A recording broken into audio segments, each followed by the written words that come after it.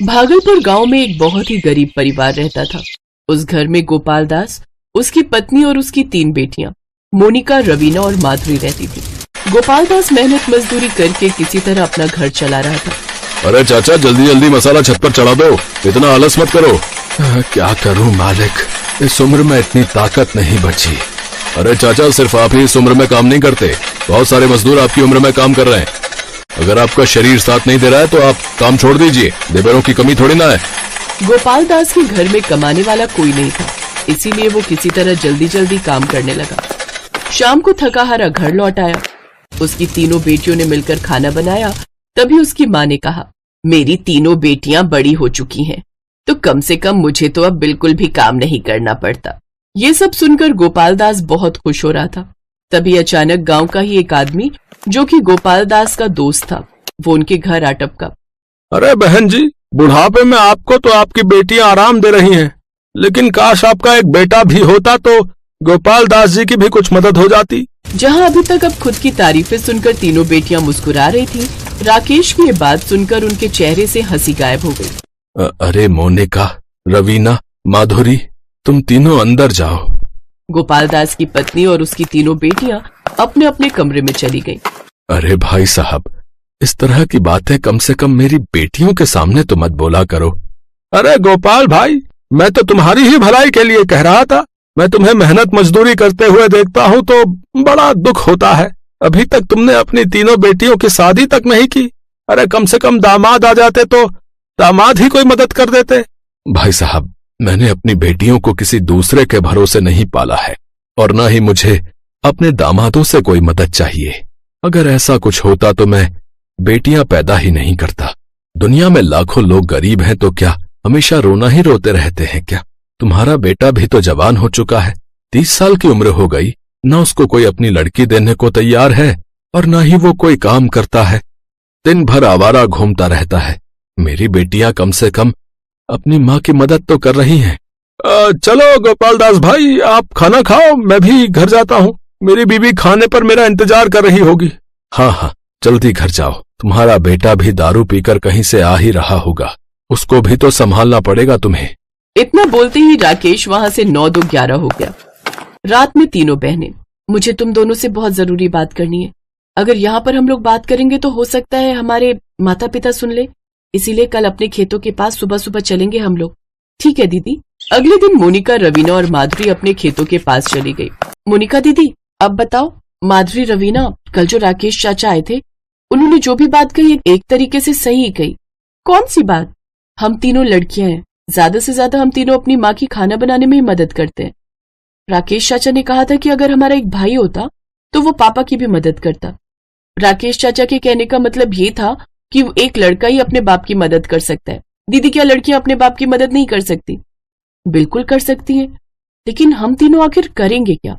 कुछ भी करना पड़े, लेकिन जल्द से जल्द हम तीनों को ही मिलकर अपने पापा को लेबरी करने से रोकना होगा। दीदी, ऐसा करते हैं, हमारे गांव से 2 किलोमीटर दूर चौराहे पर थोड़ी बहुत दुकानें, बहुत सारे सलवार सूट और साड़ियों की भी दुकानें, क्यों ना हम वहां चलकर अपने लिए कोई नौकरी ढूंढे? हाँ, ये तूने बिल्कुल सही कहा माधुरी। वो तीनों पैदल ही 2 किलोमीटर उस मार्केट में गई। वहां पर सबकी खुद की छोटी छोटी दुकानें थी। 3 बहनें वहां काम मांगने लगी। अरे बेटिया, हमारे पास आसपास के कुछ गांव वाले ही कपड़े खरीदने आते हैं। हम लोगों की दुकान किसी शहर में तो है नहीं जो हम पगार देकर किसी दूसरे को काम पर रखें। उन तीनों ने बहुत सारी दुकानों पर नौकरी ढूंढी, पर उन्हें कहीं भी काम नहीं मिला। थक हार कर वो लोग अपने घर की तरफ वापस लौट आई, लेकिन तभी रास्ते में उन्हें बहुत सारी भीड़ दिखाई दी। रवीना, माधुरी, ये गांव वाले कहाँ जा रहे हैं? दीदी, लगता है सारे गांव वाले ये गांव छोड़कर हमेशा हमेशा के लिए जा रहे हैं कहीं।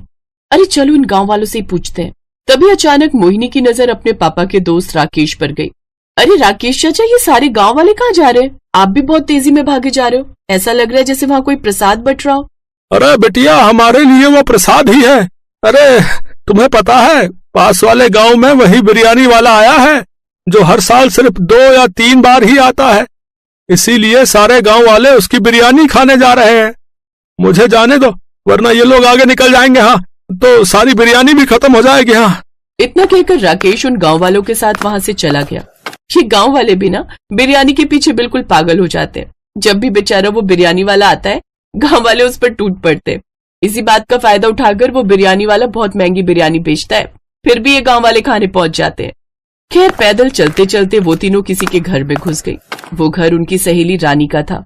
अरे रानी, इस गांव में सिर्फ तुम्हारे ही घर खुला देखा तो तुम्हारे घर चले आए।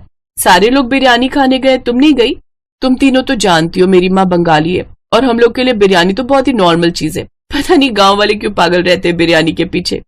तुम्हारी माँ बंगाल की है तो उन्हें तो जादू टोना आता ही होगा। अरे रवीना, कैसी बातें कर रहे हो? हर बंगाली को जादू टोना थोड़ा ही आता है, ये तो सिर्फ कहने की बात है।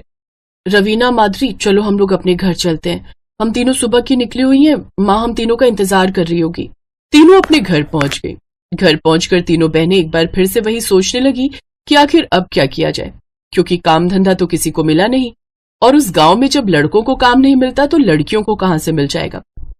तभी अचानक मोनिका के दिमाग में एक प्लान आया। मुझे लगता है नौकरी मिलना आजकल के टाइम पर बहुत मुश्किल है। तुम दोनों ने देखा, पूरे गांव वाले बिरयानी के पीछे पागल हैं।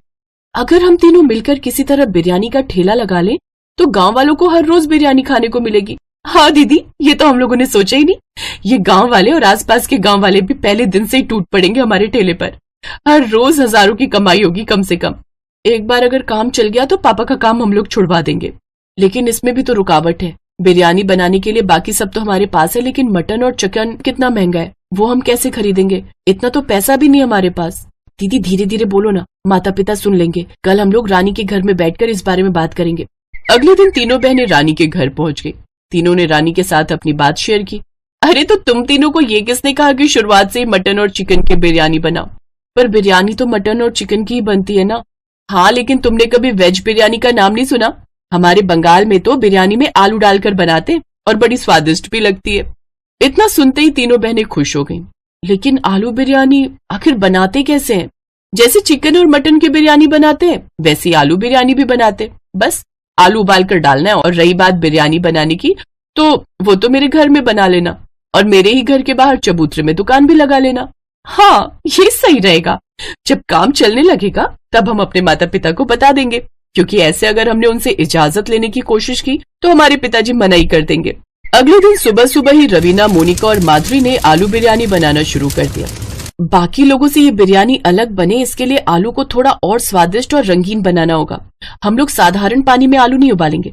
पानी में थोड़ा सा नमक, थोड़ा सा गरम मसाला, थोड़े से कलर्स, थोड़ा सा सरसों का तेल, ये सब डाल देंगे और उसके बाद ही उसमें आलू उबालेंगे, जिससे सारा स्वाद आलू के अंदर तक समा जाएगा। अरे वाह मोनिका, ये तो दुनिया की सबसे अलग आलू बिरयानी बनेगी। फिर बिरयानी बनने के बाद उसमें हम लोग शिमला मिर्च, ककड़ी जैसी हरी सब्जियों का भी इस्तेमाल करेंगे। तो इस तरह से उन चारों ने मिलकर 2-3 घंटे में लाजवाब आलू बिरयानी तैयार कर दी। घर के बाहर चबूतरे में ही उन्होंने बिरयानी बेचना शुरू कर दिया। धीरे धीरे गांव वाले आना शुरू हो गए। 2 घंटे के अंदर ही उन लोगों ने जितनी बिरयानी बनाई थी सब बिक गई। गांव वालों, परेशान मत हो, शाम को 5 बजे हम लोग फिर से बिरयानी लगाएंगे। शाम को उस गांव के लोग तो बिरयानी खाने आए ही, आसपास के लोगों को भी पता चल गया और वो लोग भी दौड़े चले आए। तीनों बहनों के माता पिता भी ये जानकर बहुत खुश हुए और अब उनके पिता भी मजदूरी छोड़कर बिरयानी का काम करने लगे और सारी गरीबी कुछ ही महीनों में दूर हो गई